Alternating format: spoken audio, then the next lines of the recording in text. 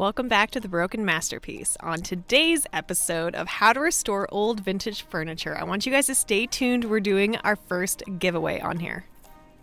This vintage secretary is a family heirloom that was brought to me by my client, and it belonged to her grandmother. She didn't want this piece painted, but she wanted it restored back to its beautiful wood.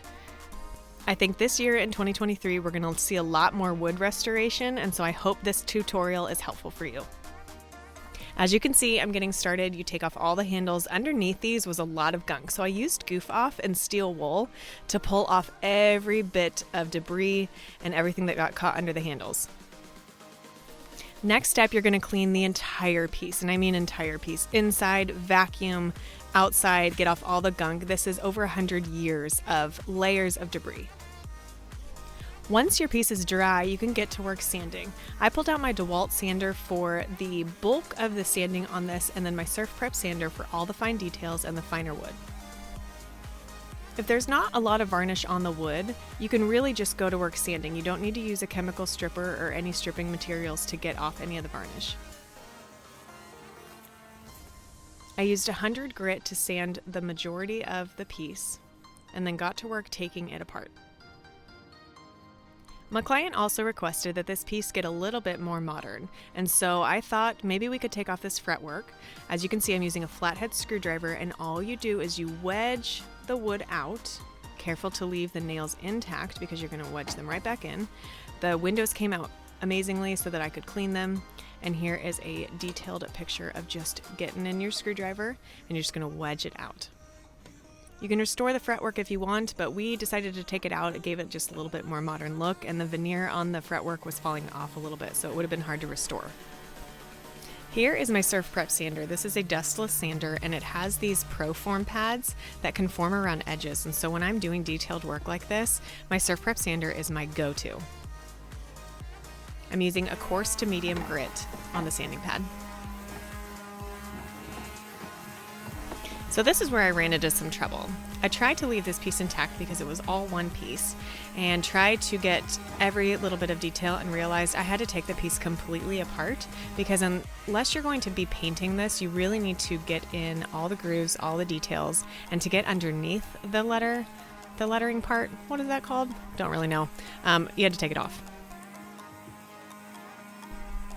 Now this is the fun part, because these screws are so old, you have to find the tiniest flathead screwdriver you have, get to work taking it all apart, get the top off, get the back off, but then you have access to everything, and so we're going to be able to get that part out. Every time I work on one of these older pieces, I'm always so intrigued to see if I can find any hidden letters or love notes or just old vintage articles, and this piece I actually found a stamp and an old Chevy key, so it was fun. All right, to get off this inside piece, we're going to call it a lettering compartment. There was 2 nails stuck at the top of it that wedged it into that top shelf, and so I used some needle nose pliers and a screwdriver and a hammer, and we got that piece out. All right, now you're going to take hardware off of everything. We took the doors off, we took all the pieces, and we put them in the same place so that we can spray those later to match the pulls. It's really important that you keep all your hardware together so that you don't lose these, because these old vintage pieces, you cannot find hardware like this. Now again, when I say this piece was work, it was unbelievable work, but it's so worth it, you guys. Stick with it. So you are going to do all the fine sanding details. I have linked to these detailed sanders. They are hard plastic, and you can wrap your sandpaper around them, and it gets into every groove. It gets around curves. And so your first sand is going to be 80 to 100 grit. Your second sand is going to be 120 to 150 grit. Your final sand is going to be 150 and then 180. And so yes, did I sand this piece 4 times? Yes, I did. But you have to do the work so that you can get the smooth wood finish. And the reason you want to go up in grit is because if you sand an 80 grit, it's going to rip that wood up. It's going to create like mountain-like things that you can't see, and it's going to be really rough. And so when you go to stain it, you're going to have this raised wood. It's going to be super rough. It's not going to be good quality, and it's not going to take the stain well. And so as you go up in grit, and you don't skip grits, you go up gradually, it takes those mountains down and it flattens them, so that you just have like rolling hills by the time you go to stain, and your stain takes perfectly.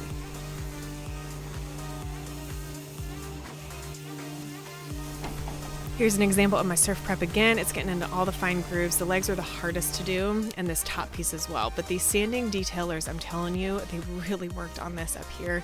It got into all the grooves. And for details up here that aren't going to be touched too much, no, I did not sand this 4 times. I started with 120 grit and then I went to 180 grit. And I'm going to show you how to get the smooth finish towards the end when we're putting on the final coat.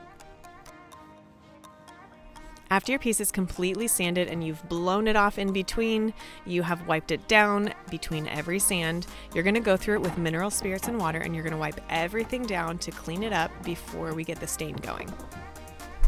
Mineral spirits and water just help get off all the debris that's stuck inside any of the invisible sanding marks that you've made.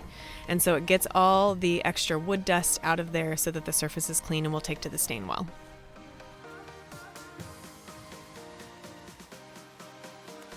This piece right here needed denatured alcohol and water because I wasn't able to fully sand it. It was more of a dyed wood piece. I'm going to be painting it with the stain and leaving more stain on there, and so I need it dried out, and denatured alcohol mixed 50% with water can do this. All right, if you've made it this far, you're almost to the giveaway. So make sure you comment below to be eligible to win the $50 gift card from Lilly Moon. If you go on their website, you guys, they have an abundance of smoky gel stains and gorgeous paint colors as well. I'm using natural cork and wooden barrel. I'm going to mix them up, and I'm going to cover the entire piece with this. Before you use Lilly Moon gel stains, you're going to want to wet the surface completely with water, and you can use a rag, you can use a paintbrush, whatever you want to use, but get it wet. And then you're going to apply your stain. So I've already pre-mixed this right here.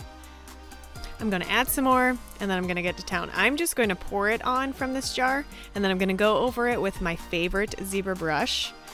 I'm also going to give those away in my Instagram, so follow there. When you're working the stain in, you can paint it on any way you want. Your last pulls, though, you want to go with the grain. So the grain on the drawers like these goes right to the left or left to the right.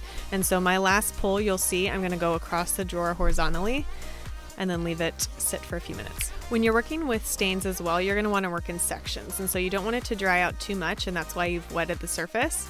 But you're going to check it after a few minutes and see if it is good to go. I'm going to do 3 drawers at a time, and then I'm going to go to the body, and I'm going to stain the entire thing just working in sections. So I'll do one side of the secretary, and then I'll go and focus on the other side. And then I'll do one leg at a time, and then I'll do the drawer fronts, and I'll do the inside desk, and then I'll wait for that to dry, and then I'll do the outside. So just work your way through the piece in sections. And every time you go to work that stain off, you are more rubbing it in than rubbing it off. So I'm using tack cloths or shop rags, whatever you want to call them. They're basically paper towels. They're just a little bit thicker and more durable. But I am using them, and then I'm folding them in between and then refolding them and trying to get more of a cleaner piece on it every time. Now, you don't want to add too much gel stain on top of your already wet gel stain. You want to wait for it to dry before you do a second layer. These actually didn't need a second layer. I loved how light the wood was. It took to it really well, and it even showed just the imperfections that is of the old secretary. And so the client loved the look, so we gave it just 1 coat.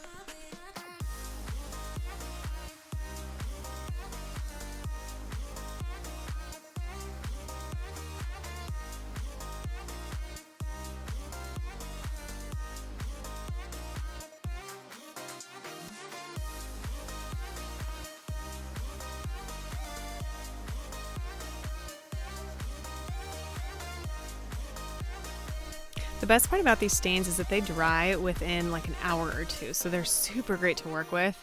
Once you get the entire piece stained, you and all your pieces, like front, back, side to side, everything, we are going to move on to the final coat. And so they've got something called Stellar Shield that you can use to top coat, or you can use a polyacrylic as well.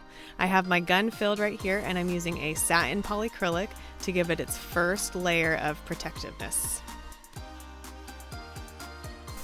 All right, so here's my little secret, you guys. So after staining, do not sand. You don't want to, if the grain raised up, which means it's just a little bumpy and rough, you put your top coat on it. After that, then you're going to do a very light sand. So I used my surf prep, I put the fine or super fine on it, and I gave everything a once over just to knock off any grain that had raised up and to give it a really smooth finish. And then I'm going to give it 2 more top coat layers. And that was just a tack cloth that I'm using. It's a little bit waxy and it sticks to everything. So use it to get off any extra dust before your final layer. Now, if you are painting on your top coat, you might only need to do 2 layers. I do really thin coats with my sprayer, and you guys, this is linked in my affiliate links below. It's a beginner sprayer, so I'm using this one to show you how easy it is. The sprayer is only $80 on Amazon. It's very simple to use, and it really sprays these paints and top coats very well. All right, we are to the process now where we're putting it back together. So your top coat's on, your stain's on, everything's dried. I went through and I painted that inside lettering part. I let the stain sit on it longer and wiped it off less because it needed more of a paint. All these trim pieces right here, I did the same thing. I'm using just a microfiber rag because I've got that glass right there, and to break this glass would be devastating. So I'm hammering that back in. All your nails should go right back where they go. So I made sure to put them aside to the door that they went with, so don't lose track of your stuff. I took all the hardware too and I sprayed it with Rust-Oleum's gold metallic spray paint. It's one of my favorites, and I'm putting everything back together and it looks so fantastic, and I've already sent some pictures to the client and she is like so excited. So we're almost done. This hardware set can also be found on Amazon. I've linked it in the description below. It's really cute and really simple. I did spray it with the same Rust-Oleum Gold Metallic even though it came in gold. Now the trick with these drawers is that they are curved, and so trying to find hardware like this, the original that's also curved, is difficult. So I tightened them really tight. There's still a tiny bit of a gap, but they worked well and the client loved them. Now for the top, I was able to add 2 knobs where there used to be keyholes. I just put a simple drill through there. I painted the inside knobs as well, and everything works together. I staged this piece really well to get some good footage, and you can see it's back in its pristine shape, great condition, and it can be used for another 100 years. Now remember, when you're staging a piece like this to actually sell, you want to get good close-ups, you want to stage it. I'm using my faux plants, I'm using some wall decor. I put stuff inside to show people, kind of how big these shelves are and how deep they are. And so you really want to showcase these well. Those are the type of pictures that you want to put on Marketplace. Thank you guys for joining me today. Make sure you comment below to be entered to win that prize.